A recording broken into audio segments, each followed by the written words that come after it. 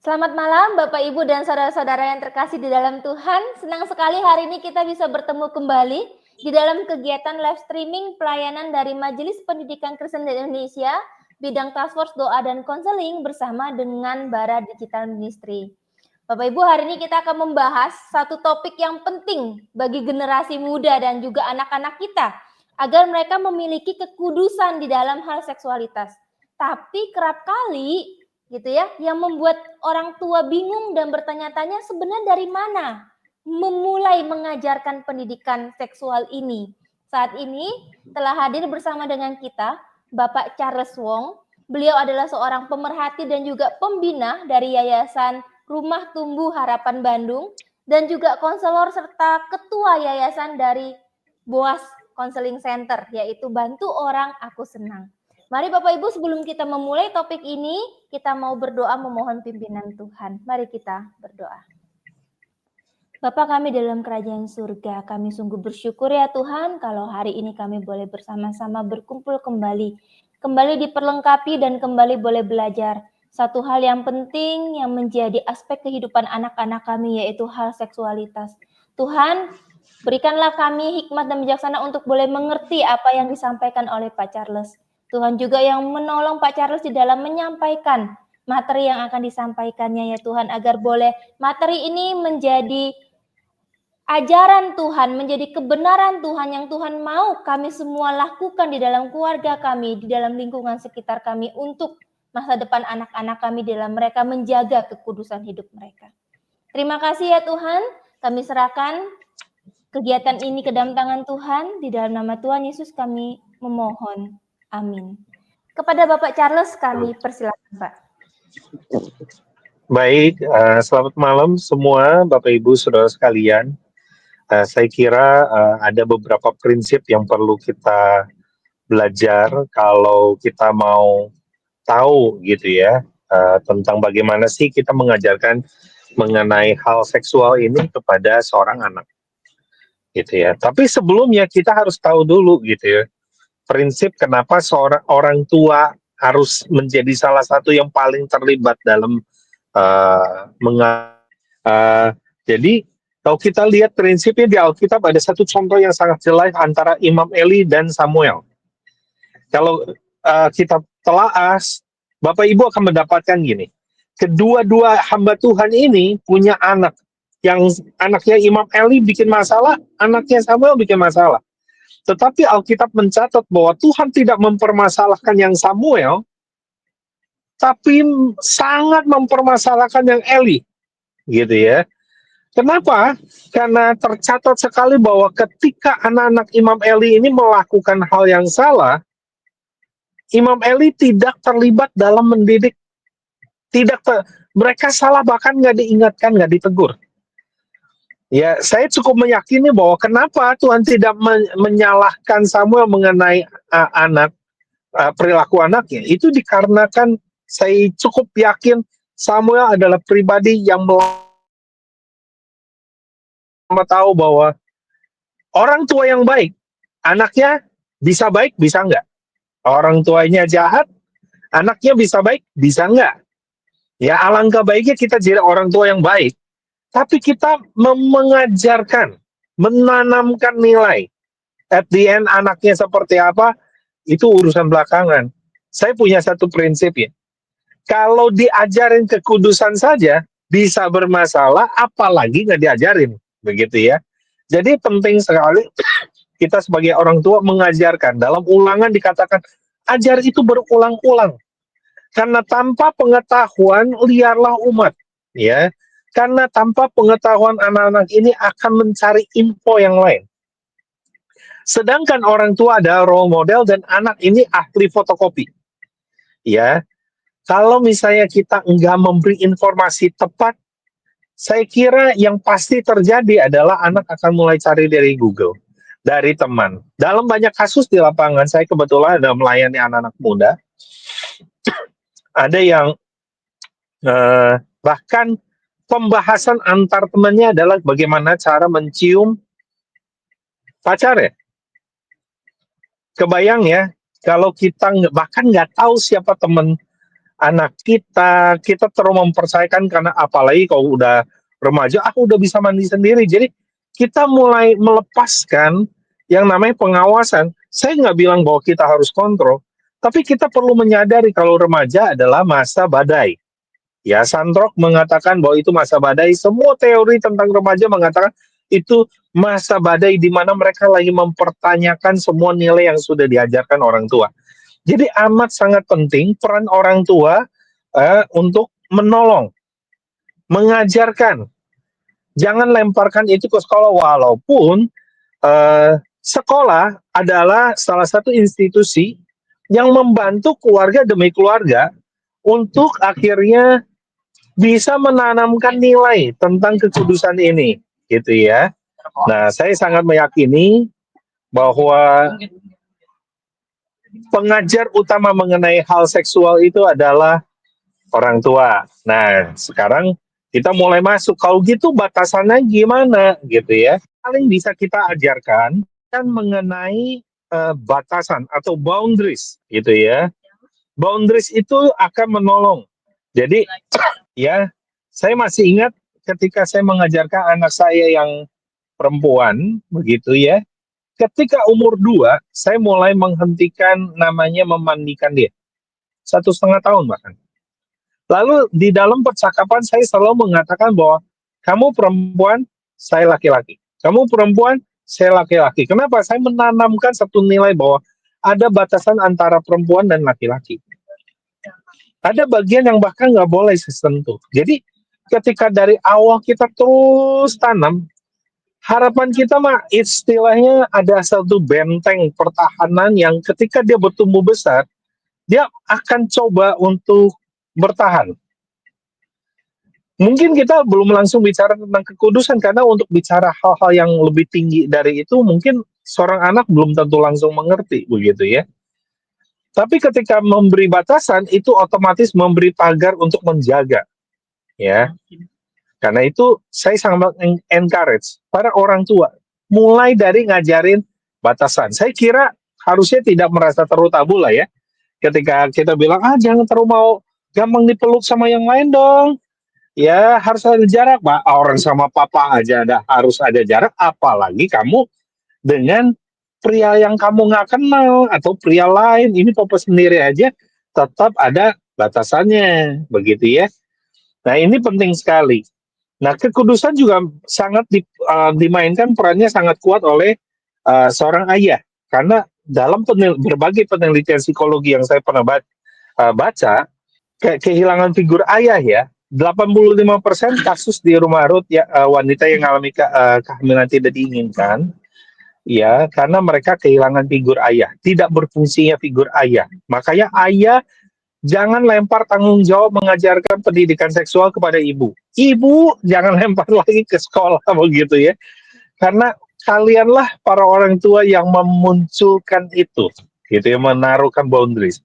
Jadi jangan-jangan kasus-kasus di rumah Ruth akhirnya saya mulai mungkin akan jadi topik-topik penelitian berikut bahwa nih kayak kenapa mereka jatuh dalam ketidakkudusan karena mereka kehilangan figur ayah. Karena sebenarnya mereka bukan cari pacar, mereka butuh figur ayah sebenarnya. Tapi caranya salah, akhirnya yang cari adalah pacar begitu ya. Nah, jadi mulailah dengan boundaries. Nah, semakin meningkat ketika dia saya sih sangat menganjurkan sampai 1 SMP kelas 6 SD lah. Nah, ini udah mulai dieskalasi, mulai diajarkan. Ini berbahaya loh.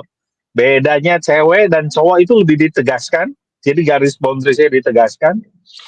Nah, lalu setelah kelas 1 SMP atau kelas 2 SMP mulai dijelaskan bahayanya ya misalnya nggak kasih boundaries, tidak semua orang tuh manis, baik, yang kelihatan baik belum tentu benar, ya kayak gitu-gitu.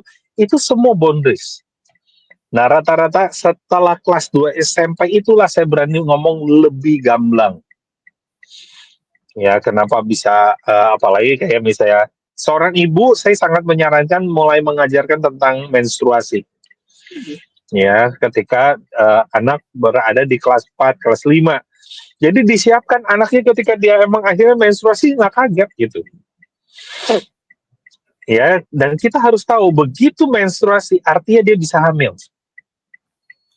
Ya, jadi ini sangat berbahaya kalau dia nggak ngerti apa-apa gitu. Dan dibodoh-bodoh ya, ada yang bilang, oh nggak apa-apa hubungan sekali dicuci pakai Coca-Cola beres, nggak ada. Itu semua omong kosong.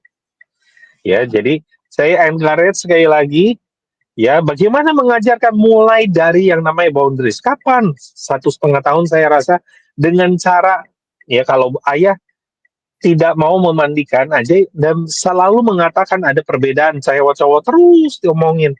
Itu nggak bisa sekali omong, itu harus terus. Dan ayah, ya kalau saya bisa simpulkan, ayah turut berperan penting, jangan lempar ke ibu. Ya orang tua sangat penting mengajarkan itu, jangan lempar ke sekolah. Jadi harus ngomongin. Sekolah bisa bikin program kolaborasi untuk mengajarkan, tapi tetap peran yang harus membicarakan itu di pihak orang tua.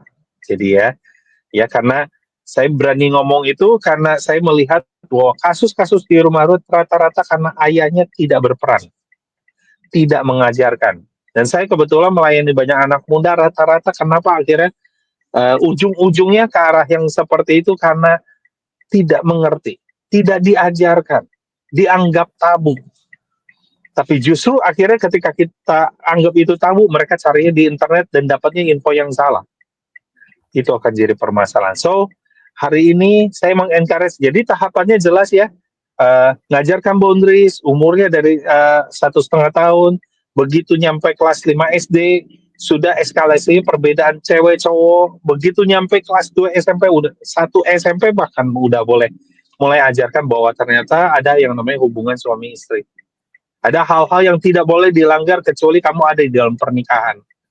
Jadi istilah pernikahan ini sudah harus muncul sejak kelas 1 SMP ini mulai digaungkan. Bahwa pernikahan itu penting. Ada hal-hal yang hanya boleh di dalam pernikahan, di luar pernikahan awalnya manis pasti tapi akan berakhir berbahaya. Ya. Jadi nggak ada tuh happily ever after setelah melakukan segala dosa itu saya berani katakan itu omong kosong karena saya hadapi kenyataan semuanya ngalami kepahitan sekali. Jadi saya sebelum terlambat di orang tua yang tipe Samuel yang mengajarkan walaupun kita nggak tahu ya akhirnya anak kita akan jadi seperti apa, tapi kita percaya mereka ada di tangan Tuhan. Tuhan terlebih mengasihi mereka. Tapi pastikan kita bukan tipe Eli, tipe Imam Eli yang ternyata tidak melakukan bagian kita, anaknya bikin masalah, Tuhan menunjuk justru kita yang salah. Jadi, belajar nggak apa-apa. Saya kira para orang tua juga jangan takut salah ya. Ya udah belajar untuk menyampaikan kok ke anak ya. Saya pribadi sampai hari ini belajar.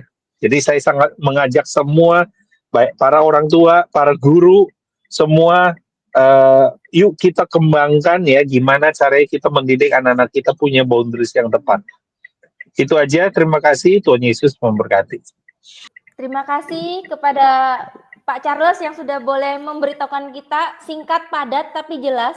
Bapak Ibu, pengajaran pendidikan seksual kalau saya rangkumkan dari Pak Charles katakan memang dimulai dari usia dini, dari anak-anak masih kecil. Batasan itu harus dikasih tahu, perbedaan laki-laki perempuan, bahkan sampai mereka beranjak remaja mulai perkenalkan apa itu hubungan seksual suami istri yang harus dijaga di dalam pernikahan. Seperti itu. Pak, mari kita mau bertanya-tanya ya Pak, bertanya jawab seperti itu ya. Yeah. Kita mau bertanya jawab. Tadi kan Bapak sangat menjelaskan sekali bahwa peran ayah itu penting gitu ya. Nah, betul. Sampai sejauh mana peran ayah itu penting di dalam mengajarkan pendidikan seksual itu Pak? Apakah boleh diberitahukan kepada kita batasan ayah sama ibu tuh kalau menstruasi itu ngajarin siapa? Mungkin ibunya atau ayahnya. Tapi kalau perbedaan itu maksudnya supaya orang tua ini punya tahu ada ibaratnya ada tanggung jawabnya seperti itu. Papa ini bagiannya ini ngajarinya, mama bagiannya ini atau seperti apa Pak? Atau semuanya itu ayah atau bagaimana? Kalau secara keseluruhan ayah yang menetapkan seluruh nilai. Seorang ayah mengajarkan semua nilai yang menetapkannya untuk seluruh keluarga. Namun saya lebih menyarankan kalau untuk anak perempuan, apalagi ngajarin tentang menstruasi, ibu lebih berperan di bagian itu. Nah, untuk pria, untuk hal-hal yang sifat kayak menerangkan uh, uh, uh, body part dari seorang pria, lebih baik ayah. Namun mengajarkan itu perlu dua-duanya. Nah, anak kadang bukan butuh terlalu banyak diomongin, tapi butuh teladan, butuh model. Nah, contoh tadi, kayak misalnya saya tidak mau mandiin karena perbedaan. Kan saya bukan lagi ngajarin, saya lagi langsung menunjukkan batasannya, gitu ya. Yang kedua ya keharmonisan dari seorang ayah kepada ibu saja itu menimbulkan rasa aman. Ada hubungannya nggak dengan kekudusan? Ada. Kesetiaan seorang ayah kepada istrinya itu menjadi teladan yang nggak usah diomongin, anak tahu. Harus setia dengan pasangan. Gitu. Jadi itu hal yang pertama. Jadi para orang tua harus jadi teladan. Yang kedua adalah memang karena dibilang itu menjadi tanggung jawab. Di Ulangan dikatakan ajarkan itu siang dan malam. Firman Tuhan. Nah, pertanyaannya kan gampang. Kekudusan ada nggak di firman Tuhan? Ada. Berarti siapa yang harus ngajari? Itu tugas orang tua memang. Saya tidak menemukan di Alkitab mengatakan bahwa yang ngajarin itu adalah para imam. Saya tidak menemukan bahwa yang harus mengajarkan itu adalah let's say lah para nabi misalnya pada zaman itu ya. Tapi dibilang ayah ya, terutama ayah ya. Apalagi kalau kita bicara dalam budaya Israel, peran seorang ayah itu sangat penting karena dialah yang dianggap pemberi identitas kepada seorang anak. Jadi perannya udah pasti di set. Jadi butuh kesepakatan antara suami istri. Kapan ngajarin, kapan yang ngomong, siapa yang mau ngomong bagian A, siapa yang ngomong bagian B, nggak apa-apa. Dibagi boundaries. Nah, sekali seorang ayah udah ngeset, let's say lah, misalnya saya waktu itu udah ngajarin, oke, saya set, dan disepakati dengan istri, maka terjadi tiap kali mandi, pasti istri yang maju, bukan saya yang maju. Sambil mandiin, istri saya harus ngomong, kenapa papa nggak mandiin kamu? Karena kamu girl, papa boy. Ya kan anak perempuan saya sedikit manja ya kadang ya sama saya, oh mau sama papa, nggak bisa. Gitu ya. Jadi mama yang maju gitu ya, jadi harus begitu. Jadi menjelaskan gitu ya. Kalau yang pria gimana? Bukan kebalikan, pria harus lebih mandiri. Ya, nah, ini kesepakatan. Jadi memang dibutuhkan kesepakatan berdua menurut saya untuk suami istri, untuk peran ayah untuk membicarakan itu. Tanggung jawabnya bahkan firman Tuhan menunjuknya adalah orang tua. Apalagi kalau kita lihat contoh Imam Eli dengan Samuel. Ya, Imam Eli istilahnya sampai di kayak tanda kutip kayak persatuan itu kan bukan masalah karena bangsa Israel yang ngaco. Anaknya yang ngaco. Nah, anaknya ngaco ternyata kan karena dianya yang nggak berperan. Kira-kira itu ya, saya pikir. Jadi ada siapa yang mengajarkan uh, itu clear antara bapak dan ibu. Kira-kira itu ya, saya coba jawab. Oke, terima kasih Pak Charles. Jadi di dalam pengajaran dan kehidupan itu memang orang tua mengajarkannya harus dihidupin dengan teladan ya. Jadi jangan cuma pengajaran-pengajaran, tapi juga teladan hidup itu penting. Pak Charles, bagaimana ya, betul, dengan pertanyaan berikut? Bagaimana Alkitab itu mengajarkan tentang menjaga hati dan pikiran anak-anak kita dari pengaruh negatif di dalam menghadapi godaan seksual khususnya di era digital, Pak? Bagaimana orang tua ini bisa diperlengkapi di era digital ini yang semakin membooming anak-anak dengan fitur-fitur seksual yang bisa diakses? Apakah yang harus diberikan orang tua di dalam mengajarkan kepada anak-anak? Ini yang praktis aja ya, walaupun saya juga punya beberapa prinsip. Yang pertama mungkin dari prinsip dulu deh. Kalau gelas kita penuh, tidak mudah diisi sama yang lain. Ya, kalau misalnya kita udah dari kecil nanamin nilai, tidak semudah itu nilai lain masuk sebenarnya. Apalagi anak itu merasa aman dengan kita, gitu ya. Anak merasa happy dengan kita, gitu ya. Kan dia dengan gampang untuk bertanya dan bercerita sama kita dong, gitu. Jadi kalau kita membiasakan punya satu hubungan, saya kira anak dengan gampang untuk ngobrol ya. Begitu dia pengen tahu dia nanya. Kalau dia bikin salah dia juga nggak takut untuk bertanya. Dia tahu bahwa papa mamanya nggak pernah buang dia. Ya, saya kira itu yang pertama sekali. Jadi kalau dia udah diisi pengetahuan, saya ambil contoh misalnya, kita selalu menanamkan, ciuman itu hanya bisa dilakukan di dalam pernikahan. Jadi kalau kamu lihat ada ciuman di TV, tutup mata kamu. Sampai hari ini anak saya begitu lihat adegan ini kartun loh yang ciuman, tutup mata langsung. Nggak proper katanya. Gitu. Jadi apakah saya udah lebih baik? Belum. Sekali lagi, saya juga masih belajar.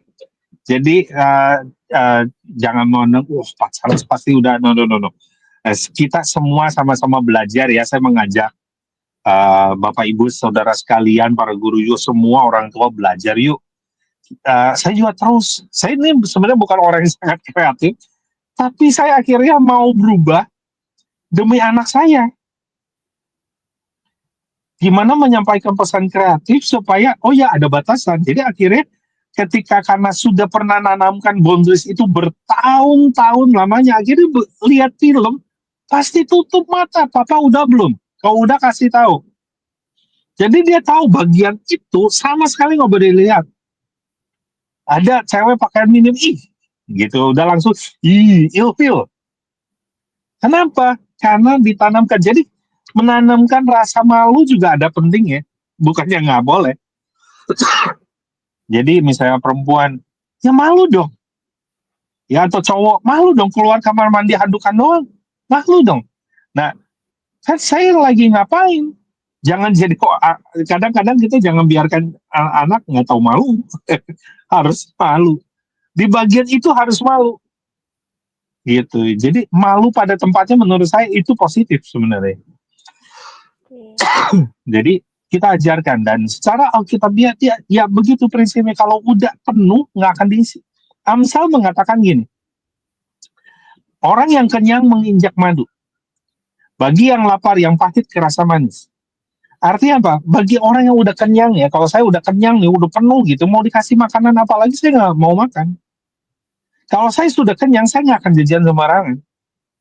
Tetapi anak yang lapar, dia bisa makan apa saja. Coba aja kita yang dewasa aja kalau udah lagi kelaparan ya, apa yang bisa dimakan, gua makan duluan. Gitu, kira-kira begitu ya. Nah, sama yang terjadi sama anak. Kalau nggak pernah diisi firman, kita nggak pernah ngajarin, kita nggak pernah nanam nilai, terus kita berharap, itu di tangan Tuhan, nanti Tuhan yang mimpin. Kita yang bertanggung jawab, jangan lempar juga ke Tuhan. Bagian Tuhan, bagian kita, gitu. Dibilang ajarin, ya udah kita yang ajarin. Jadi kita harus invest, selalu ada waktu untuk mengajarkan. Nah, bagaimana bisa jaga itu kalau pikirannya udah penuh? Ya udah, itu satu, ya. Jadi prinsipnya adalah gelas penuh tidak mudah diisi oleh bahan lain. Itu satu. Yang kedua, praktisnya adalah apa? Berpuji Tuhan ya. Kitanya jadi orang tua harus juga belajar teknologi. Ada namanya family link. Ya, jadi perhatikan. Terus kapan mau kasih handphone? Jangan terlalu banyak screen. Ya, kebetulan saya lagi training tentang perkembangan anak. Ternyata anak sekarang terlalu banyak screen time. Batasin dong. Tapi nantinya, saya menemukan banyak orang tua akhirnya demi dia fokus kerjaan dia, demi bahkan dia fokus dengan hobi dia, kasih aja tablet, kasih aja handphone kemana. Bahkan dari bayi udah nonton terus, gimana nggak berantakan ya? Generasinya harus dengan handphone. Jadi akhirnya mereka nggak punya kreativitas untuk berpikir, kalau nggak ada handphone, apa yang akan saya lakukan? Kira-kira salah siapa kalau udah kayak gini? Kalau dikit-dikit handphone, mau makan di handphone, baru makannya sering ketemu nggak coba di food court? Ya, anak supaya dia mau makan dikasih handphone di depan dia sambil disuapin. Nggak ada. Saya kebetulan juga mimpin di rumah Ruth ada satu bagian layanan itu untuk anak-anak yang saya bisa katakan kayak anak panti lah ya. Tidak boleh nonton sambil makan. Makan adalah makan. Ya, kalau makan sambil dengerin papaya cerita masih boleh lah. Tapi dengan kondisi mulut kosong misalnya. Jangan mulut penuh ngomong. Nah, itu kan hal yang ditanam gitu. Saya kira kadang zaman hari ini terlalu cepat anak terpapar dengan namanya screen time. Dan itu sebenarnya membuat anak nggak fokus. Dalam beberapa penelitian dikatakan gini, kenapa banyak anak akhirnya makin lama makin nggak fokus? Karena kita terbiasa dengan hal yang singkat, iklan singkat, cepet, reel singkat, semua yang singkat-singkat. Akhirnya sadar nggak sadar ya, kita ini terpola di kepala kita selalu pengen segala sesuatu instan, pengen cepet, karena kita membayangkan reel itu video ya, dari awal sampai akhir paling 5 menit dulu, sekarang cuma 1 menit loh. 1 menit, pengen selesai. Sesuatu yang dimulai dan ingin segera selesai dalam 1 menit. Akhirnya itu terpola di pikiran kita juga pengen kalaupun kita ngalami masa susah, kok bisa 1 menit selesai. Nah, itu efek screen time. Kita tidak lagi menghargai sebuah proses. Kita bahkan mencoba menghindari proses. Saya percaya ada satu prinsip di Alkitab, pernah ada satu ayat yang mengatakan kalau tidak bekerja jangan makan. Kok ada Paulus menuliskan itu? Karena memang orang yang skip proses dia tidak akan menghargai apapun. Demikian juga anak. Nah, bagaimana anak bisa begitu kalau orang tuanya mengizinkan dia screen time terus? Ya, hanya demi kesukaan. Hari-hari bahkan ya, saya menemukan beberapa gambar gitu ya, atau kenyataan lah di food court, papa pegang handphone, mama pegang handphone, anak pegang handphone, itu di meja dekat tapi sebenarnya jauh. Bagaimana kita menanamkan nilai kalau kita kasih screen time terus? Itu nggak mungkin. Jadi saya juga punya membiasakan ya, sampai sekarang juga saya membiasakan, coba lebih lagi. Kalau saya lagi bicara sama anak, handphone taruh. Lagi makan sebisa mungkin ya udah lagi makan bareng, handphone taruh, jangan sambil nonton saya juga. Jangan pakai istilah healing, me time. Sorry ya, kalau mau me time jangan nikah. Nah, itu kamu me time nggak apa-apa. Tapi kalau udah berkeluarga, ya me time-nya udah dikit sekali. Tujuan pernikahan itu kan bukan untuk bisa me time. Ya, jadi saya sangat mengencourage bagi orang tua. Yang pertama, pastikan anak itu penuh dengan firman dan penuh dengan nilai yang kita tanamkan. Itu satu. Yang kedua adalah mari kita belajar. Mana yang sebaiknya kita mulai batasi, kayak misalnya teknologi. Kitanya harus mau belajar juga, family link, jadi ngebatasin. Kenalilah pertemanan teman-teman anak-anak kita gitu ya. Saya kenal sahabat anak-anak saya. Dia suka siapa saya tahu. Dan saya happy dengan itu ketika dia cerita, saya suka ini, cantik. Gak apa-apa. Saya so happy gitu ya. Jadi saya encourage, jangan punya waktu untuk mau tahu tentang anak kita. Punya waktu untuk nonton bareng, jalan bareng, main bola bareng. Nah, saya lah anggaplah nggak senang bola. Ya udah, at least jalan kemana bareng. Jadi mereka happy. Kalau dalam sebuah training floor time, kebetulan saya lagi training dengan yang namanya beer floor time. Satu kalimat yang selalu digaungkan adalah mainan terbaik di ruangan bersama anak adalah Anda sendiri. Ya, saya ulangi ya. Mainan terbaik di ruangan atau di rumah itu adalah kita, orang tuanya. Jangan, itu bukan di PlayStation, bukan di handphone, bukan di mainan yang bagus-bagus mahal-mahal Lego level apa gitu ya buat anak. Mainan terbaik, termenarik, terbesar yang paling diinginkan anak harusnya kita, orang tua. Gitu ya. Jadi kenapa nggak kita taruh handphone kita, yuk kita mulai coba ngobrol. Ya, saya juga kadang-kadang bisa juga wah sibuk gitu ya. Kesibukan kantor dibawa sampai ke rumah. Wah, kalian sampai malam meeting. Kebablasan. Jadi akhirnya saya juga bertobat ya. Saya bukan hanya mau mengajarkan, saya juga bilang saya juga harus bertobat dong. Ya kalau akhirnya bisa bablas, kita bisa saling mengingatkan. Dan saya juga sangat mengencourage kalau seandainya Bapak Ibu Saudara sekalian ada komunitas antara di gereja, entah di sebuah pelayanan, bahkan atau mungkin ada komunitas lewat sekolah, itu bisa juga dengan saling mengingatkan, gimana dengan anak kamu? Ya, saya punya satu teman yang tiap awal bulan saling nanya, gimana kamu me time sama anak kamu, ngedate-nya gimana? Oh, jalan-jalan bagus. Kamu gimana? Udah bisa kontrol emosi belum? Oh, coba tanya anak saya, Dedi udah lebih berubah apa? Udah, kayak gitu ya. Jadi ada yang saling, kira-kira gitu ya dari saya. Wah, Pak Charles, kalau saya boleh simpulkan, correct me kalau saya salah gitu ya. Jadi godaan seksual itu hanya akan jadi godaan kalau memang diri anak itu tidak terpenuhi dengan firman, nilai, kasih, waktu yang berkualitas, relasi. Tapi kalau memang terpenuhi di dalam diri anak, godaan itu nggak akan jadi godaan karena nggak lapar. Betul ya Pak ya? Jadi singkatnya kayak gitu ya. Betul.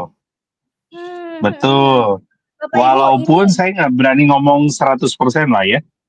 Ya, dosa kalau nggak menarik dan enak mah nggak ada yang jatuh ke sana.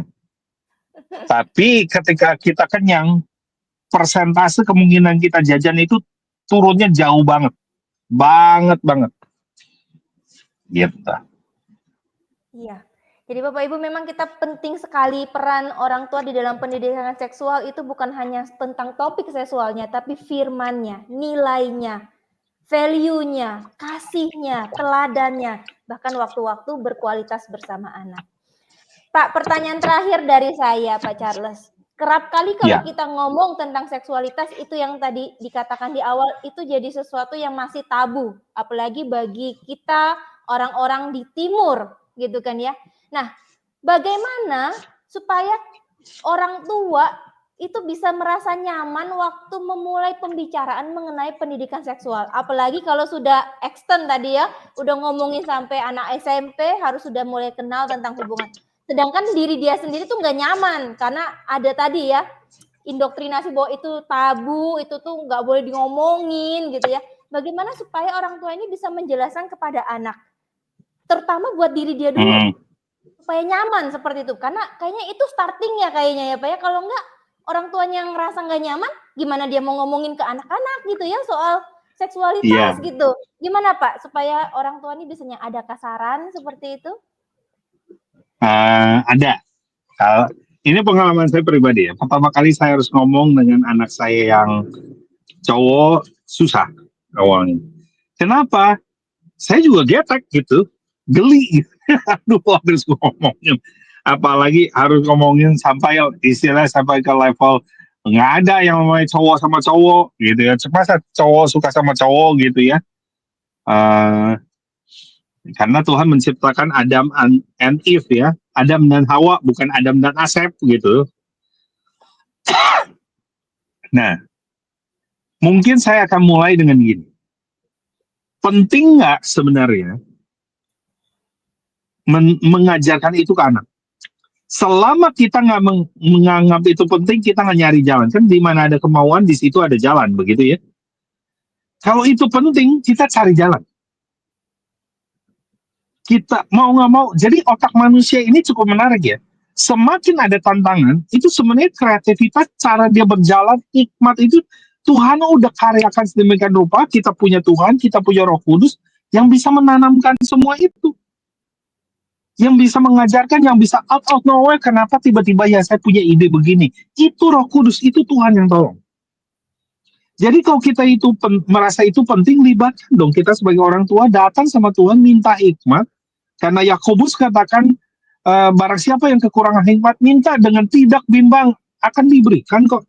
Tuhan itu baik, Tuhan itu Bapa yang baik, Dia pasti mau, gitu ya. Jadi kita sebagai orang tua juga, yang pertama harus urutannya itu penting. Begitu ada itu penting, tantangan apa juga akan ditabrak, termasuk ketidakmampuan kita. Saya tadi kan cerita ya, saya ini bukan orang kreatif. Ya, saya punya teman jauh lebih kreatif. Kalau saya udah lihat cara dia deketin anak, ngajak main, iri loh, sampai saya iri. Kok bisa ya lu kepikiran? Gue sama sekali gak kepikiran. Tapi gini, tapi demi anak ya, kreativitas mau berubah, kita yang mau. Sampai satu hari, ya jadi ini contoh aja ya, contoh. Saya dulu kalau bangunin anak, kebetulan anak kedua saya ini susah banget banguninnya, aduh, gitu ya. Jadi tiap pagi akan terdengar tuh marah-marah, drama, bangun. Sampai saya bikin ringtone ya, alarm ya, namanya dipanggil gitu, bangun, bangun, bangun, bangun, supaya dia bangun. Nggak bangun, akhirnya saya ganti strategi. Jadi tiap pagi saya datang, saya peluk, saya pelai, lalu saya kitik-kitik. Dan menarik ya, setelah sekian bulan tiba-tiba dia, dari mulutnya dia bilang, Papa itu adalah yang paling enak diajak main dibanding Mama. Wah, mamanya yang bingung. Kok gua jadi nggak lebih ini gitu ya. Padahal saya cuma mengganti cara membangunkan. Nah, mari kita coba aplikasikan itu ketika kita bicara, oh penting nih, kan buat saya penting membangunkan dia, karena dia harus sekolah. Nah sekarang penting loh saya ngajarin tentang seksualitas. Nah, kita akan cari jalan. Ketika kita cari jalan, Tuhan akan tolong. God will make a way. Nah, di situ kita mulai akan belajar, mungkin kita baca buku, mungkin kita bahkan cari baca buku guyon, mungkin kita cari movie, film. Jadi sasarannya sekarang di otak ya. Karena misalnya itu penting, maka topik itu penting, maka segala iklan, reel, apapun media, buku yang berkaitan itu mendadak menarik buat kita. Saya ambil contoh lain lagi, kalau penting. Seorang ibu ketika dia hamil, mendadak anak penting ya, masuk toko, dulu sebelum menikah, bagian bayi tidak akan dilirik. Tapi begitu hamil, lewat tuh pasti dilirik. Ini cocok nggak ya untuk anak saya nanti? Nah, makanya kenapa urutan pertama harus penting dulu, karena dengan penting atensi kita otomatis ke segala media sumber daya yang kita butuhkan untuk mengajarkan ke anak akan kita cari. Nggak ada pun kita cari. Yang kedua adalah, yuk kita tuh punya Tuhan gitu. Jadi kalau kita punya Tuhan, kita bisa mengandalkan Dia untuk melangkah. Jangan takut salah aja. Salah, it's okay. Ya, saya juga harus memberi ruang ya sebagai orang tua. Salah, it's okay. Tapi anak perlu tahu, anak juga akan tahu dan bisa nangkap hati papa mamanya. Waktu mengajarkan itu tujuannya adalah menjaga dia. Jadi itu tipsnya ketika kita mau mengajarkan itu. Dan mulai yang tadi, kalau anak batasan, bisa ngomong serius, bisa ngomong dengan cara guyon. Gitu ya. Nah menariknya satu hari anak saya juga ngomong gini, Papa mah bisa membuat sesuatu yang serius dengan cara guyon. Saya mikir, kapan ya saya bikin itu? Padahal saya emang orang serius begitu ya. Kaget saya, ini anak saya loh dua-duanya ngomong begitu. Hah? Papa begitu? Iya, Papa lebih guyon loh daripada Mama. Hah? Kapan saya begitu ya? Jadi malah lebih saya yang terkejut, istri juga terkejut. Kapan sih berubah ya? Kadang sesama pasangan kadang nggak nyadar bahwa pasangannya berubah atau enggak pun nggak tahu gitu. Anak loh yang ngomong. Ya udah, anak nggak mungkin bohong lah ya, saya pikir. Jadi sampai hari ini saya masih orang yang cukup kaku, tapi saya belajar. Jadi saya sangat encourage. seintrovert apapun orang tua, setidak kreatif, sekaku apapun, segaptek apapun, kita bisa berubah. Betul. Anak pasti sadar kok. Gitu. Kira-kira Oke. begitu. Thank you Pak Charles. Bapak Ibu, urgent nggak? Penting nggak menyampaikan pendidikan seksual? Penting sekali. Apalagi ini masuk bulan Februari, di mana kalau bagi anak-anak, bagi remaja ini bulan kasih sayang. Jadi semua toko sudah bertebar, semua ya, love-love gitu ya, semua barang-barang pernak-pernik. Maka penting sekali untuk mengajarkan kepada anak-anak tentang pendidikan seksual sebelum mereka meranjak ke arah yang lebih serius. Jadi kita isi dulu mereka dengan nilai, dengan firman Tuhan. Oke, Pak Charles, terima kasih sekali bahwa Bapak boleh meluangkan waktu di tengah-tengah kesibukan dan juga Pak Charles sedang mengalami pergumulan. Bapak Ibu, mari kita doakan bersama-sama Bapak Charles di tengah-tengah pergumulan kedukaan di dalam keluarganya, papa mertuanya, kiranya Tuhan menghibur dan Tuhan juga memberikan kekuatan kepada Ibu Devi, istrinya, dan juga keluarga besar. Pak, sebelum kita menutup ini, apakah ada closing statement 1-2 kalimat untuk orang tua pegang waktu mereka mau memberitahukan atau mengajarkan pendidikan seksual? Mungkin yang tadi ya, pastikan bahwa anak Anda adalah the most very important person in your life. Pastikan anakmu adalah orang yang paling penting di dalam hidupmu selain Tuhan, setelah Tuhan tentunya, yang harus pantas Bapak Ibu perjuangkan. Terutama kekudusan. Hari ini kita sudah diserbu dengan segala LGBT yang coba menghancurkan pandangan tentang keberadaan gender. Mari kita pastikan anak kita penting. Kalau dia penting, lindungi dia dengan cara memberi pengetahuan yang baik. Oke, terima kasih Pak Charles. Boleh Bapak mendoakan dan menutup kita di dalam doa buat Baik, kegiatan kita ini? masuk dalam doa ya. Tuhan Yesus, terima kasih. Kami percaya bahwa Engkau terlebih mengasihi anak-anak kami. Dan hari ini kami datang di hadapan Engkau membawa semua orang tua guru yang hari ini, ya orang tua pengganti bahkan, orang tua adopsi bahkan, di hadapan Engkau Tuhan. Ketika Engkau mempercayakan kami adalah kehormatan Engkau mempercayakan kami seorang anak. Mereka adalah orang-orang penting Tuhan, yang untuk kami lindungi, kami tanamkan nilai, supaya mereka menjadi besar di hadapan Engkau. Bukan hanya besar di prestasi, tapi besar di hadapan Engkau Tuhan. Hari ini kami menyerahkan semua orang tua yang menyaksikan. Berikan kami hikmat untuk mengajarkan. Berikan kami kemampuan Tuhan. Beri kami kreativitas Tuhan. Tolong setiap kami Tuhan. Dan kami angkat anak-anak kami di hadapan Engkau. Engkau tahu bahwa musuh sedang coba menghancurkan generasi ini dengan segala cara. Tapi kami percaya bahwa Engkau terlebih mengasihi mereka. Tolong setiap anak-anak ini Tuhan. Tolong generasi muda hari-hari ini. Lindungi mereka Tuhan. Berikan kami Tuhan kekuatan untuk menolong mereka semua. Terutama sekolah-sekolah Kristen. Kami berdoa Tuhan. Biar nilai-nilai itu ditularkan juga melalui sekolah sebagai pihak yang membantu para keluarga ini. Untuk anak-anak kami. Akhirnya menjadi anak-anak yang kudus di hadapan Engkau. Sekali lagi terima kasih. Kamu berkati semua orang yang menyaksikan. Semua pelayanan MPK. Dengan bara Tuhan di dalam nama Yesus. Kami berdoa. Amin. Amin. Terima kasih banyak Pak Charles untuk pemaparan dan bahkan waktunya yang Bapak boleh berikan pada malam hari ini untuk kita boleh sama-sama ya belajar tentang satu topik, tentang bagaimana mendidik anak-anak kita tentang topik pendidikan seksual.